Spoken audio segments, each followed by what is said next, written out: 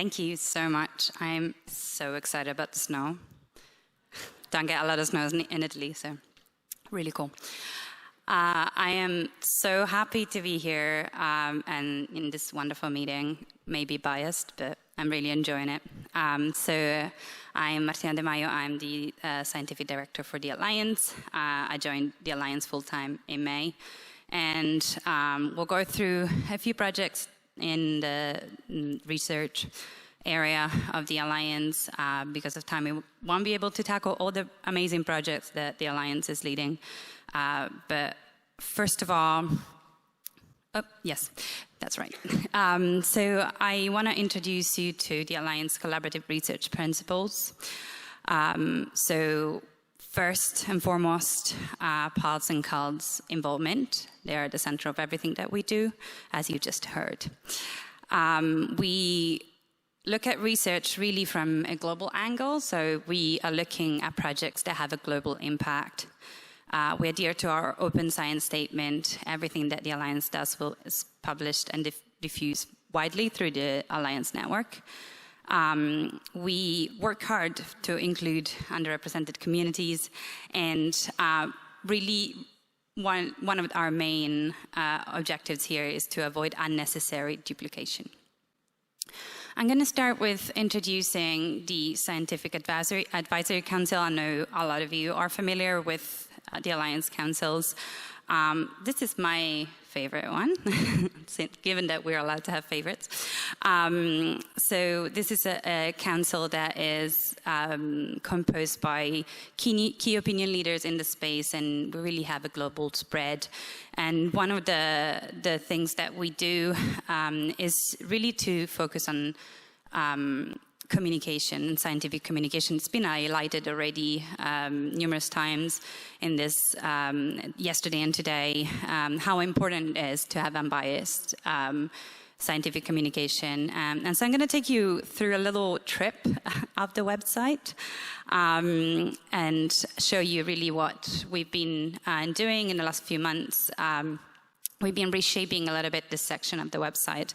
And so if you go on the support by Pulse and Cause, for Pulse and Cause on the website, you'll see many different areas. And with the Scientific Advisory Council, we really focus on the ones on the right at the bottom.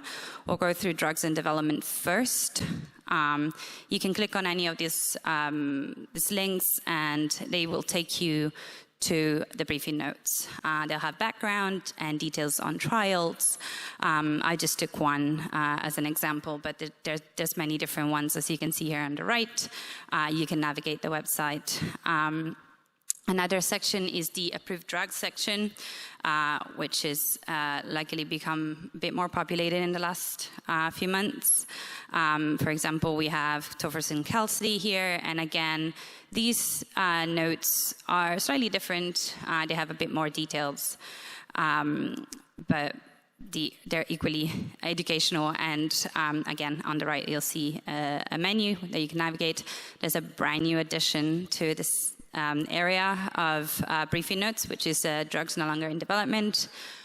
We've had some development, especially in the last year or so, and so some of the experimental treatments gave negative results, but we still think that it's very important to include those in the communication and explain what happened and what we can learn from those trials.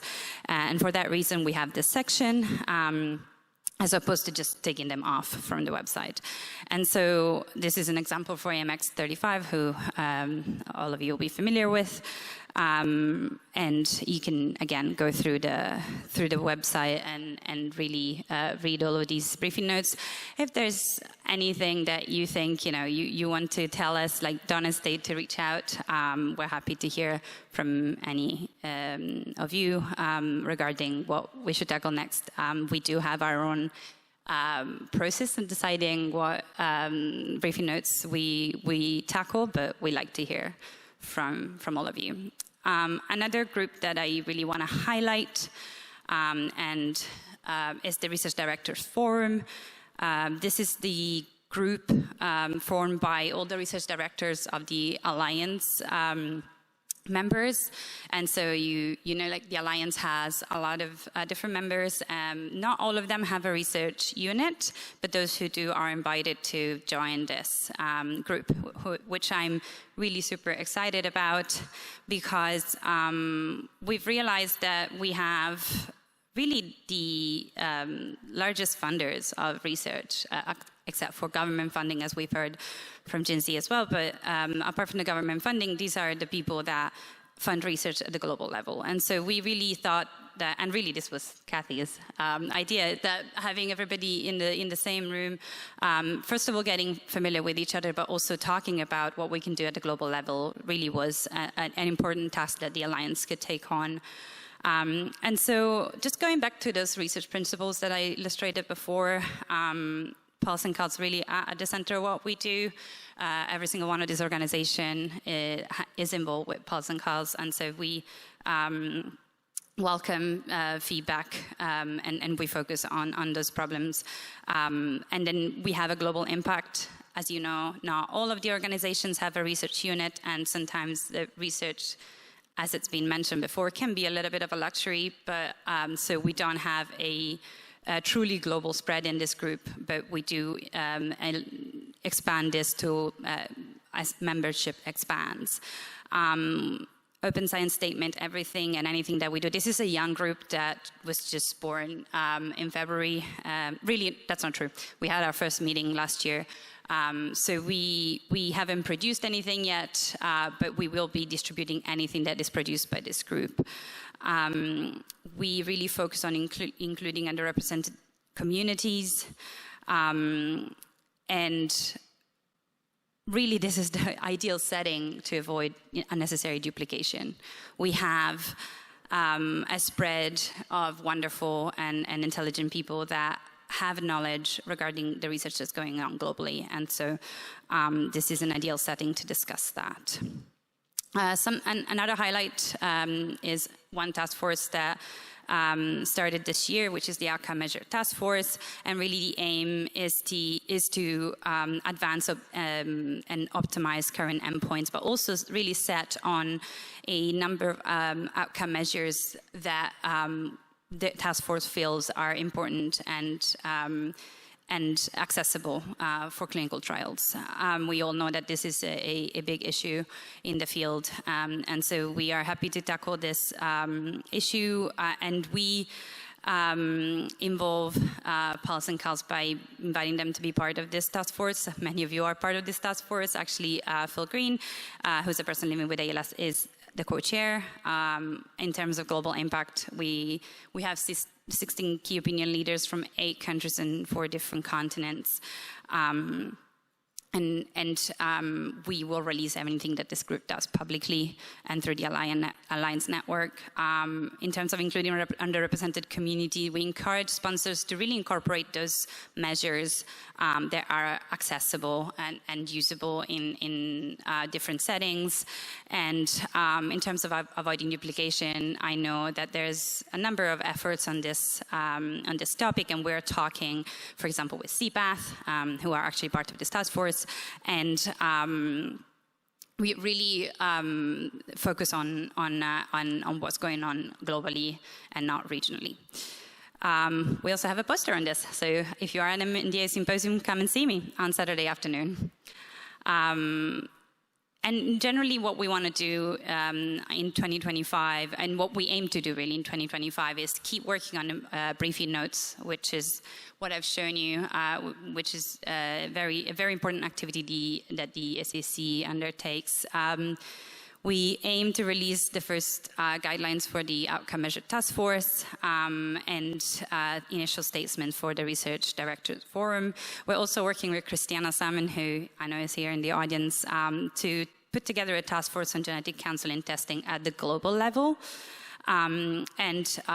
We keep working on developing clinical networks in the Global South. This is work that Jess has been leading, and we'll talk more about this later today. And with that, I want to thank you all for your attention, and thank all our volunteers and the staff and their support. And I'll be happy to take any questions.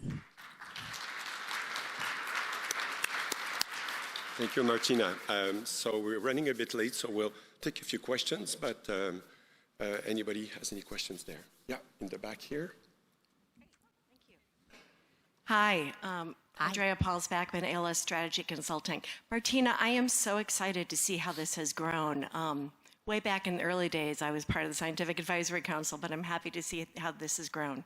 So my question is, you talked about the Research Directors Forum, and you talked about PALS and CALS being the center of that. What does that look like in practice?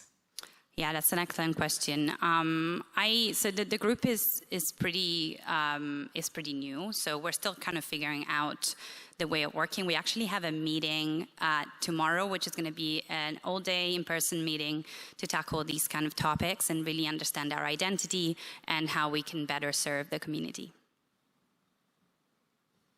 Okay, any other burning question?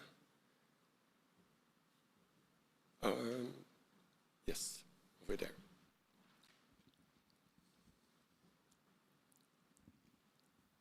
Thank you so much for such a wonderful presentation, and to the Alliance for ensuring that all of this work is happening, and you for executing on it and thinking of it. It's so valuable, this research director thing that you guys are doing, and there perhaps, you know, you could really be a great place for solid, rigorous information and standards, especially as you're representing patient organizations. And just wondering if you feel that's quite a place for that group. Yeah, absolutely. I think, you know, fostering those networks in terms of like getting people in the same room and talking about issues, you know, like most of those people on the slide, you know, and you know how passionate they are at really being able to offer something that is helpful. And not just being like, we're all scientists in that room, right? Like, so we want to make sure that this is accessible. And although we do some communication with the SAC, I think in terms of research and rigorous research, that is really what I think is going to be one of the main issues that we tackle. So thank you for that comment. Okay, thank you. I'm sorry, I know there's another question, but for the sake of time, I think we're running late with the different events, so I think we'll move on for the next talk. So thank you so much again. Beautiful.